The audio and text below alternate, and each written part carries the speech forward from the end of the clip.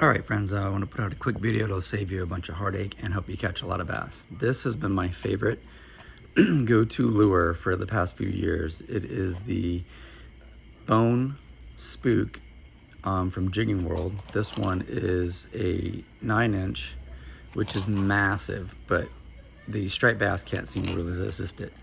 I liked it so much so that I wanted to try some smaller ones.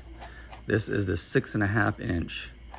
And they were slapping the other day this big 9-inch, but not really taking it. So I thought I would try later the 6.5-inch. Now, one thing I want you to notice is if you take a look at this hook, you'll see that there's a little bit of curvature to the very tip of it.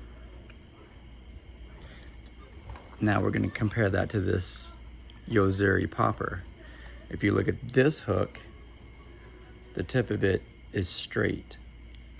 There is no curvature to it. So not all hooks are made the same. I'm a big fan of BKK hooks lately. They're super sharp and super strong. And so I'm gonna order some treble hooks to put on here. Now even the variance between these two, the 9-inch and the 6.5-inch, the hooks are different and I don't know why. I'm gonna show you the difference right here.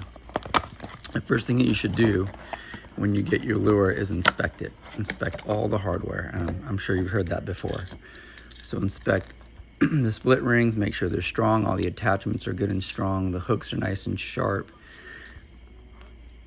and you want to make sure that everything's good. Now what I didn't know that you should do, that I'm going to do from now on, is you take the plastic box, which will resemble much flesh, similar to fish flesh, and you take it and you put that hook in there and then you pull on it. So you can see how much pressure it requires to set that hook. Now, if you look at this hook, it's hard to see, this not super clear, but it's pretty flat and pointy. Now, this is what was happening the other day with this roller coaster ride, which the video should drop hopefully in a week or so. I dropped 10 fish in probably the 35-inch plus class, and it was just an up and down roller coaster 10 times. But if you look here, you can kind of see that tip, and if you run your fingers on it, you'll see that it widens out like the tip of a bow and arrow, and that makes it hard for this hook to set in to the fish's mouth.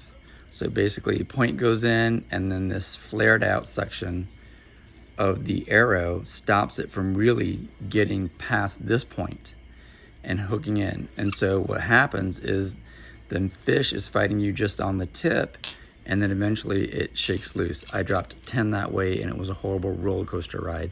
So these hooks are gonna get swapped out immediately. The crazy thing is if you look at the 6-inch or 6.5-inch, when you look at this and you feel it and you run your fingers on it, it's completely smooth and pointy. It doesn't flare out. So why they went to this flared out bow and arrow style tip hook with the 9-inch and went with normal hooks that are straight and sharp and pointy with the 9.5, I'll never know, but that is going to ruin your day. I promise you.